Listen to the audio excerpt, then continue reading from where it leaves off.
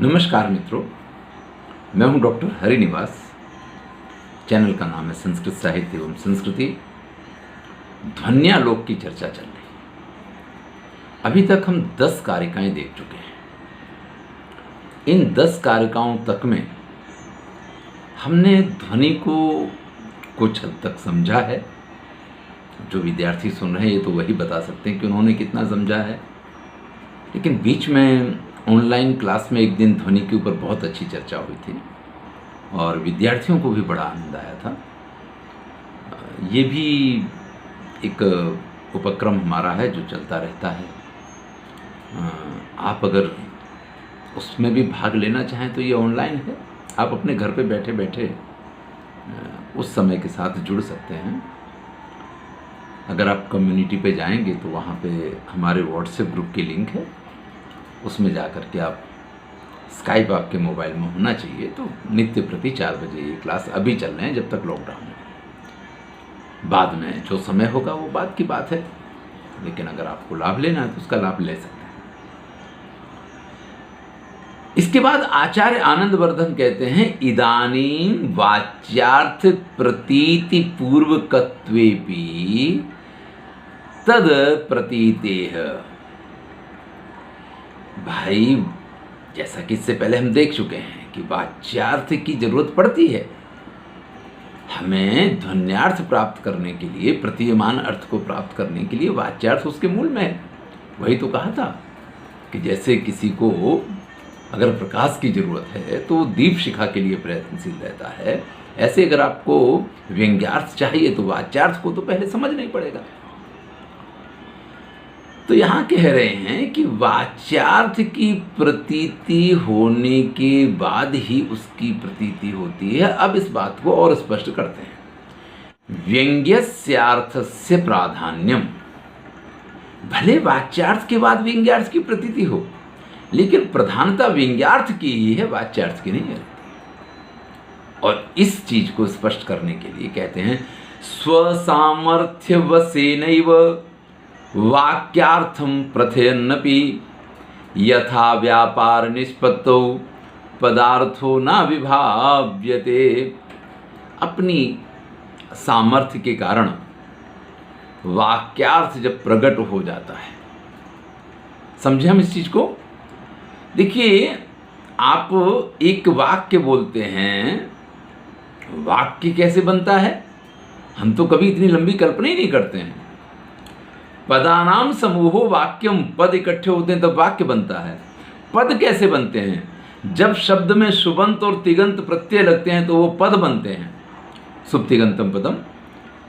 लेकिन वो शब्द कैसे बनता है?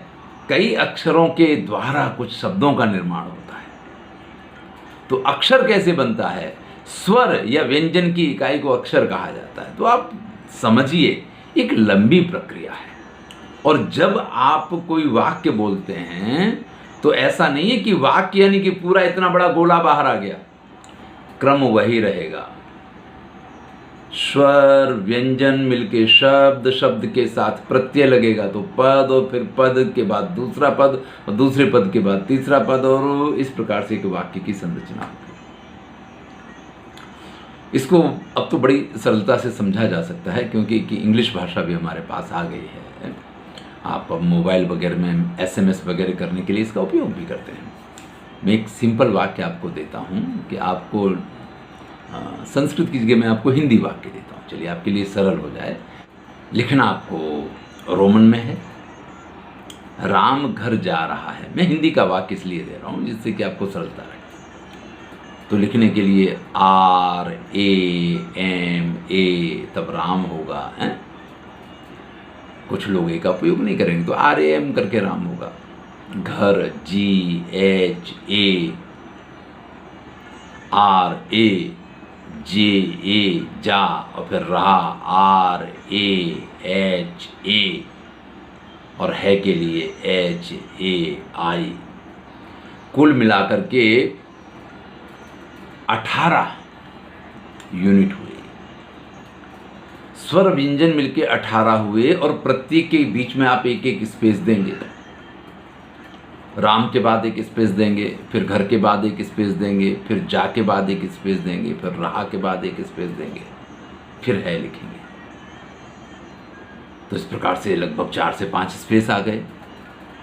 तो ये कुल मिलाकर के 18, 19 और 5 और मिलाइए तो ये 20-25 अक्षरों का स्पेस हुआ है। कंप्यूटर की भाषा अगर लेंगे या लैपटॉप की भाषा लेंगे या आपके मोबाइल की भाषा लेंगे तो उसमें कितने अक्षर यूज हो गए, उसमें एक स्पेस देते हैं कि भाई इसमें अगर आपको मैसेज लिखना है, जैसे ट्विटर पे आप लिख रहे हैं तो उनकी एक लिमिट होती है कि आप इतने वर्डों का उपयोग कर सकते हैं, इतने अक्षरों का उपयोग कर सकते हैं। तो यहाँ पे ये आपके स्पेस वाले भी अक्षर काउंट होते हैं। ऐसे मिला करके आपके ये 22-24 अक्षर हो गए और वाक्य बना क्या कि राम घर जा रहा है। अब यहाँ क्या कह रहे हैं कि स्व सामर्थ्य, अपनी सामर्थ्य के अनुसार वाक्यार्थम प्रथयन्निव, उस वाक्य का अर्थ आपको प्राप्त हो जाता है। आपने सुना कि राम घर जा रहा है तो ये वाक्य का अर्थ आपको प्राप्त हो गया कि कोई राम नाम का व्यक्ति है जो अपने घर पे जा रहा है, ये अर्थ आपको प्राप्त हो गया। अब इसमें आर की वैल्यू क्या और ए की वैल्यू क्या और एम की वैल्यू क्या और फिर ए की वैल्यू क्या, फिर घर में जी एच ए जो कुछ है उन सब की अपनी अपनी अलग अलग वैल्यू आपको मालूम पड़ती है क्या? चलिए, आप कहेंगे कि मैं पढ़ा रहा हूँ संस्कृत और आपको इंग्लिश के वो दिखा रहा हूँ। नहीं नहीं नहीं, बिल्कुल नहीं। ये इंग्लिश का उदाहरण इसलिए दिया क्योंकि ये आप लिखते हैं, नहीं तो आपको अगर इसी को संधि विच्छेद करके लिखें ना तो र व्यंजन है प्लस उसमें ए जो है, आ जो है वो स्वर है, दोनों मिलते हैं तो रा बनता है। म व्यंजन है और उसमें फिर आ लगा हुआ है तो राम बनाने के लिए र आ म आ तब राम शब्द बनता है। ऐसे घर के लिए घ है और घा के बाद आ है तो घ बना है, र है, रा के बाद आ है तो र बना है तो घर बना है। यानी जो हमने आपको यहाँ बताया है इंग्लिश में, उसी प्रकार से इन सब का उच्चारण उसी क्रम में होता है। एक का भी उच्चारण आगे पीछे करेंगे ना आप तो ये राम घर जा रहा है ये वाक्य नहीं बनेगा। तो आकांक्षा योग्यता सन्निधि के आधार पे इस पूरे वाक्य का एक अर्थ आपको प्राप्त हो जाता है। लेकिन वाक्य का अर्थ जब आपको प्राप्त होता है उसमें अभिधा शक्ति काम करती है। यथा व्यापार निष्पत्तो पदार्थों ना विभाविते। अब उस वाक्य का अर्थ मिल जाने के बाद घर का क्या अर्थ है, राम का क्या अर्थ है और जा का क्या अर्थ है और रहा का क्या अर्थ है और है का क्या अर्थ है, इन सबके अलग अलग अर्थ आप नहीं देखते हैं, वो आपको समझ में भी नहीं आते या उस तरफ आपका ध्यान भी नहीं जाता। ये कहना कि समझ में नहीं आता है ये गलत रहेगा। इसकी जगह मैं ये कहूंगा कि उस तरफ आपका ध्यान भी नहीं जाता है।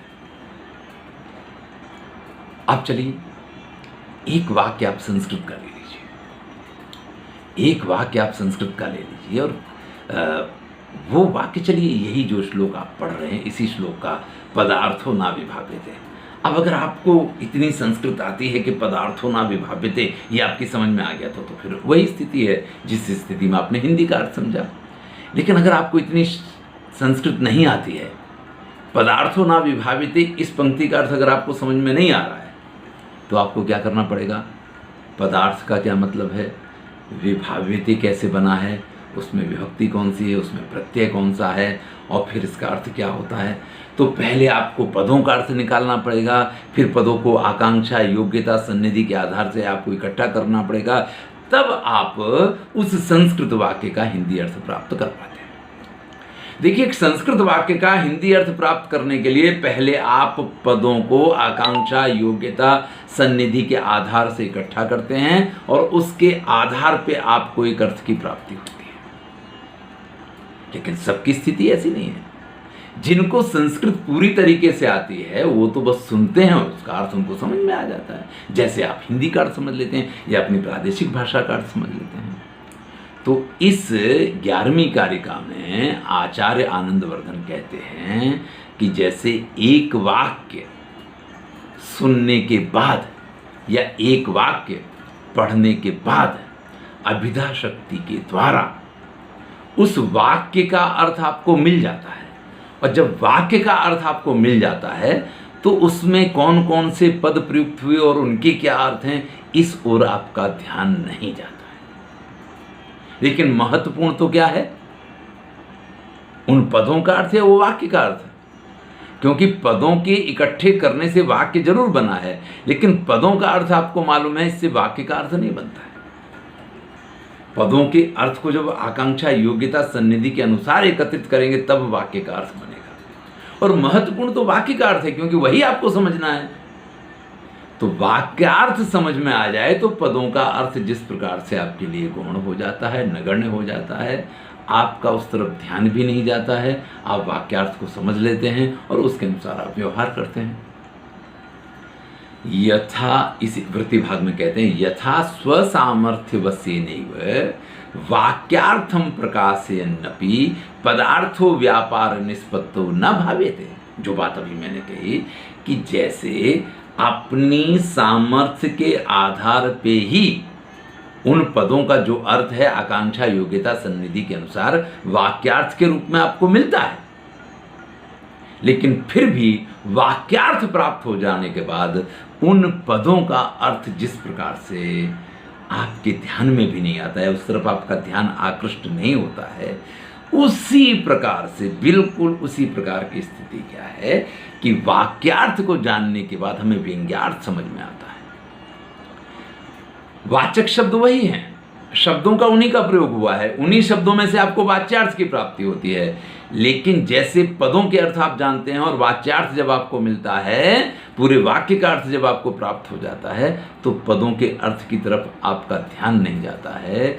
उसी प्रकार से तद्वत सचेतसाम सो अर्थो वाच्यार्थ विमुखात्मनाम बुद्धौ तत्वार्थदर्शिन्याम झटित्येवाव भासते। अब कह रहे हैं आचार्य आनंदवर्धन कि जैसे पदों का अर्थ जो आपको मालूम था, इसलिए आपको वाक्य का अर्थ तुरंत मालूम पड़ गया और पदों के अर्थ की तरफ आपका ध्यान भी नहीं जाता है। इसी प्रकार से वाक्यार्थ के द्वारा जो सहृदय है, यह एक बड़ा सचेत साम, जो सचेतस हैं, जो सहृदय लोग हैं, उनको वाच्यार्थ विमुखात्मना, उन्हें वाच्यार्थ में कभी रस ही नहीं होता है। मैंने आपसे कहा कि अगर आपको संस्कृत नहीं आता है तो आपको एक एक पद में इंटरेस्ट दिखाना पड़ेगा, लेकिन अगर आप संस्कृत भाषा जानते हैं तो फिर तो एक श्लोक बोला जाता है, तुरंत आपके मन में उसका अर्थ स्पष्ट हो जाता है, अर्थ स्पष्ट हो गया, आपने बात समझ में आ गई। आप पदों का अर्थ ढूंढने नहीं बैठते कि इसमें क्या कहा, क्या नहीं कहा, क्या कहा, क्या नहीं कहा। आपको संस्कृत में नहीं समझ में आया, इसलिए आपको हिंदी के उदाहरण से समझाया कि राम घर जाता है, इस वाक्य का अर्थ आपको मिल गया। अब राम क्या है और घर क्या है और जाना क्या है और रहा क्या और है क्या, आप इन सब चीज़ों पे ध्यान नहीं देते। आप वाक्यार्थ आपको मिल गया, बात खत्म हो गया आपकी। इसी प्रकार से जो सहृदय हैं वो वाच्यार्थ में से व्यंग्यार्थ उनको तुरंत समझ में आ जाता है। सबके बस की बात नहीं है, ये सब चर्चा ऊपर हो चुकी है कि आप व्याकरण जानते हैं, आप कोश जानते हैं, आप बहुत बड़े विद्वान हैं, इसका मतलब ये नहीं कि आपको व्यंग्यार्थ समझ में आ जाएगा। व्यंग्यार्थ समझने के लिए तो आपके पास स्पेशल बुद्धि चाहिए, वो स्पेशल सहृदयता चाहिए, जो काव्य तत्वार्थ ज्ञान वाली बुद्धि है ना, काव्य के तत्वार्थ को जानने वाली जो बुद्धि है, वो जिसके पास होती है उसको ये व्यंग्यार्थ समझ में आता है।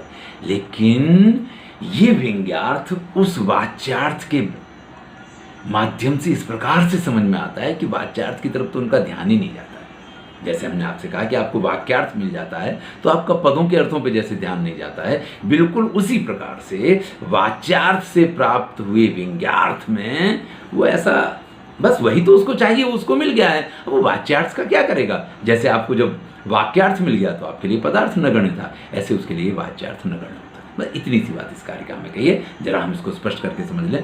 तद्वत, उसी की तरह, अगर आपने 11वीं कारिका बराबर समझ ली है तो ये 12वीं कारिका एकदम सरल है। उसी तरह, किस तरह से, जैसे वाक्यार्थ प्राप्त होने पे पदों का अर्थ महत्व नहीं रखता है, बिल्कुल उसी प्रकार से सचेत साम जो सहृदय लोग होते हैं, वह अर्थ यानी व्यंग्यार्थ जो है वाच्यार्थ विमुखात्मना, क्योंकि वाच्यार्थ में उनको इंटरेस्ट ही नहीं होता है, मैंने कहा ना कि आपको हिंदी भाषा आती है तो आप एक एक पद का अर्थ लेके नहीं बैठते हैं, आप सीधा वाक्यार्थ प्राप्त कर लेते हैं। इसी प्रकार से उनको व्यंग्यार्थ आता है, उनको वो अर्थ अच्छी तरीके से आता है, तो जब भी कुछ बोला जाता है उसमें से वो अपना वो वाला अर्थ निकाल लेते हैं। और इस प्रकार का अर्थ बुद्धो तत्वार्थदर्शिन्या, जो बुद्धिमान हैं, जो तत्व अर्थ के जानने वाले हैं, झटित्येव अवभासते, उनको तुरंत ही समझ में आ जाता है। देखिए आपको एक छोटा सा उदाहरण देता हूँ। वैसे भी कहते हैं कि भाषा जो है उसके हमेशा दो अर्थ होते हैं, आप कुछ भी बोलिए उसके दो अर्थ होते हैं। अब आप कुछ कहते हैं ना तो कुछ लोगों की आदत होती है कि आप जो कहते हैं ना वो नहीं, वो उसमें से एक शब्द पकड़ेंगे, अच्छा ये कहना चाह रहे हैं आप, आपका कहने का ये मतलब है, क्योंकि उनका ध्यान इस चीज़ पे नहीं होता है कि आप क्या, इसमें से और क्या प्राप्त हो सकता है, इस तरफ उनका ध्यान होता है। आप भी कई बार ऐसा करते होंगे। और जो इस प्रकार से अर्थ आप प्राप्त करते हैं वो व्यंग्यार्थ होता है, और वो जब प्राप्त हो जाता है तो फिर वाच्यार्थ की वैल्यू नहीं रहती है, जैसे वाक्यार्थ मिलने के बाद पदार्थ की वैल्यू नहीं होती है। इतनी सी बात है। फिर से अंतिम जो भाग है 12वीं पंक्ति का, उनको फिर से दिखा रहे हैं आपको कि जो बुद्धिमान हैं, जो तत्व अर्थ के जानने वाले हैं, झटिति अवभासते, उनको ये व्यंग्य अर्थ तुरंत ही समझ में आ जाता है। और जब उनको तुरंत समझ में आ जाता है तो वाच्यार्थ विमुखा, तो वाच्यार्थ की फिर उनके लिए कोई वैल्यू नहीं रह जाती है। धन्यवाद। तो किस प्रकार से वाच्यार्थ में से व्यंग्यार्थ की प्राप्ति तो होती है, लेकिन महत्वपूर्ण व्यंग्यार्थ भी होता है, वाच्यार्थ महत्वपूर्ण नहीं होता है। अब इसके बाद 13वीं कारिका आएगी, और ये हम ये कह सकते हैं कि जो प्रथम उद्योग है उसका पूरा शुरुआत से लेके अंत तक का निचोड़ यहाँ पे आ जाएगा। और अगर आपने ये 13वीं कारिका, आगे आने वाली कारिका समझ ली तो आपको सब कुछ समझ में आ गया। इसमें अभाववादियों का खंडन, भक्तवादियों का खंडन, जो कुछ भी है, ध्वनि की संपूर्ण जो स्थापना है वो यहाँ पे की जाएगी। तो इस पे 13वीं कारिका पे 2-3 वीडियो हो सकता है, इससे अधिक भी वीडियो बने, आप उसका आनंद लीजिए और उसको समझिए। धन्यवाद। मैं हूँ डॉक्टर हरिनिवास, और अगर आपको अच्छा लग रहा है तो इस चैनल को मित्रों तक पहुँचाइए।